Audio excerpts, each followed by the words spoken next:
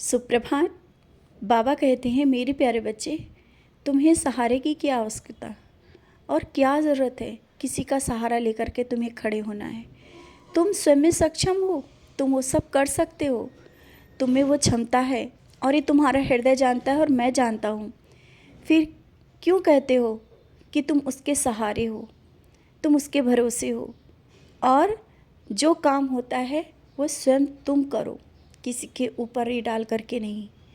और ये मत सोचना कि कोई तुम्हें खिला रहा है। ये तुम्हारे अंदर कैसे भावना आ जाती है कि कोई तुम्हें खिला रहा है और तुम्हारा कोई संरक्षक है। ऐसा कैसे हो सकता है? मैं हूँ ना, और तुम अपने भाग्य से खा रहे हो। कोई तुम्हें नहीं खिला रहा है, ना ही कोई किसी को खिलाता है, सब अपने भाग्य से खाते हैं। अगर कोई तुम्हें कहता भी है ना, तो वो मूर्ख है। उसे नहीं पता है कि वो नहीं तुम्हें खिला रहा है, वो नहीं तुम्हें रख रहा है। तुम अपने भाग्य से खा रहे हो, तुम अपने कर्म का खा रहे हो। और मैं तुम्हारा पिता हूँ, मैं जानता हूँ तुम्हारा भविष्य। कोई तुम्हारा भविष्य क्या बताएगा? क्यों इन हाथों की रेखाओं को देख करके परेशान होते हो? हाथों की रेखाएं भी बदल जाएंगी, बस तुम्हें कर्म करना है। और जो मैं रास्ता दिखा रहा हूँ, ये मत सोच करके बैठो कि ये तुम्हारे लिए हो ही नहीं सकता।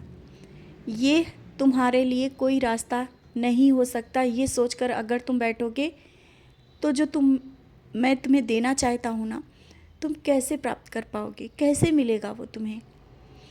अगर मैंने कहा है ना कि तुम्हारे घर में ये चीज़ें होंगी या कार होगी और अभी तुम्हारे में क्षमता नहीं है, तो उन पे ये मत सोचो कि नहीं तुम्हारे यहाँ ऐसा कैसे हो सकता है। कुछ भी हो सकता है। आज मैं कह रहा हूँ, कुछ भी हो सकता है। समय बदल सकता है और समय को तुमने अपने कर्मों के माध्यम से बदला भी है। और तुम्हारा भविष्य बहुत ही उज्जवल है, ये मैंने कहा है।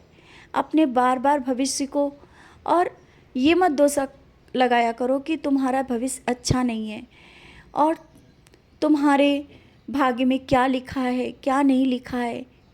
तुम जानते हो क्या? नहीं जानते हो। फिर क्यों अपने भाग्य को दोषते हो? क्यों कहते हो कि तुम्हारा भाग्य नहीं सही है? हाँ, जो परेशानियाँ आई ये कर्मों के लिए आई, और ये जो कर्म कट गए, अब इस तरह से निराश मत हो। और अपनों के लिए जिस तरह से परेशान होना, वो भी परेशानी सब हटा दो, अपने मन की चिंताएं। और इसी कारण बीमारियों से ग्रस्त हो जाते हो।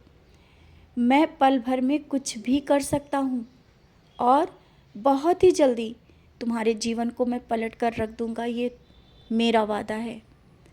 तुम्हारा जीवन कहाँ से कहाँ तक पहुँचेगा ये शायद तुम नहीं समझ सकते हो। बस तुम्हें अपनी क्षमता को पहचानना होगा। तुम्हारे अंदर वो सब कर गुजरने की क्षमता है। बस विश्वास के साथ आगे बढ़ो और अपने कर्म पथ पर चलते चलो। तुम्हारे जो कर्म हैं वही तो तुम्हें आगे ले जा रहे हैं और आगे ले जाएंगे। अभी मैंने कहा ना कि जो परेशानी है वो तुम्हारी परीक्षा की घड़ी है और तुम परीक्षा बहुत ही अच्छे से पास कर रहे हो। हर एक परीक्षा में सफल हो रहे हो।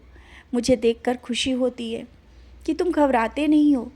हाँ, बस अंदर ही अंदर कुछ चिंताएं हैं जो तुम्हें खाए जा रही हैं और जिस कारण तुम अच्छे से खाना भी नहीं खा रहे हो। क्यों? जब तुम मेरी ओर देखते हो, आंखों में आंसू भरते हो और खाना भी नहीं खाते हो, मुझे दुख होता है। मैं तुम्हारे पास, तुम्हारे हृदय में हूँ, और जब तुम दुखी होते हो उससे ज़्यादा मैं दुखी होता हूँ, ये तुम्हें पता है। अपने घर में जो स्वरूप है देखना, जब तुम्हारे चेहरे पे उदासी होती है तो मेरा चेहरा भी उदास ही होता है, और ये तुम भली भांति जानते हो। फिर क्यों इस तरह से परेशान होते हो? सारी जिम्मेदारियाँ, सारी परेशानियाँ सब मेरी हैं।